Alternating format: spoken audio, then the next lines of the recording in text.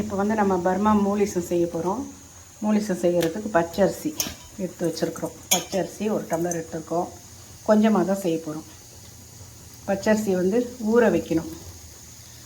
ஊற வச்சு அதுக்கப்புறமா கொஞ்சம் நேரம் ஆற வச்சுட்டு நம்ம மாவு அரைக்க போகிறோம்.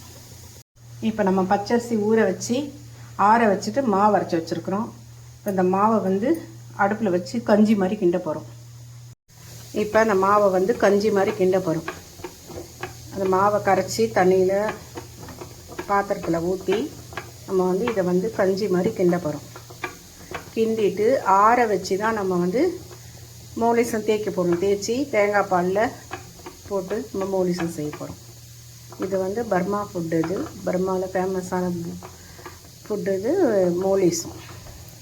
மூலிசம் வந்து நம்ம கஞ்சி காய்ச்சி வச்சுருக்குறோம். இப்போ அந்த கஞ்சி ஆறிட்ட உடனே நம்ம வந்து அரிசி மாவு கஞ்சி வந்து இப்போ நம்ம இந்த மாதிரி தேய்க்கணும். தேய்ச்சோம்னா இந்த மாதிரி வரும். ஐஸ் வாட்டரில் இந்த மாதிரி வரும். அதை வந்து நம்ம எடுத்து தேங்காய் பால் போட்டு வெல்லம் போட்டு சர்க்கரை போட்டு ஏலக்காய்லாம் போட்டு நம்ம மூலிசம் ப்ரிப்பேர் பண்ணுறது எப்படின்னு நம்ம பார்க்கலாம். இப்போ நம்ம மூலிசம் ரெடி பண்ணிட்டோம். பாதாம் பிசினி கொஞ்சம் போட்டுடலாம். வெயில் காலத்துக்கு வந்து ரொம்ப குளிர்ச்சியாக நல்லா டேஸ்ட்டாகவும் இருக்கும். பாதாம் பிசினி போட்டுடலாம்.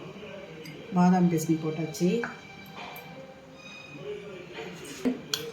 நம்ம ரெடி பண்ணி வச்சுருந்த மூலிசத்தை போட்டுடலாம். பச்சரிசி மாவு கஞ்சி காய்ச்சி ரெடி பண்ணி வச்சுருக்கோம். சூடான இல்லை, இது சில்லுன்னு ஐஸ் தண்ணியில் போட்டு அடுத்து என்ன பண்ணி போகிறோம்? தேங்காய் பால் திக்கான தேங்காய் பால் கொஞ்சம் ஊற்றிடலாம். தேங்காய் பால் ஊற்றிடுச்சு. அடுத்தது இது போட்டுட்டோம். ஓகே, இதுக்கு மேலே வந்து கொஞ்சமாக வெள்ளை தண்ணி.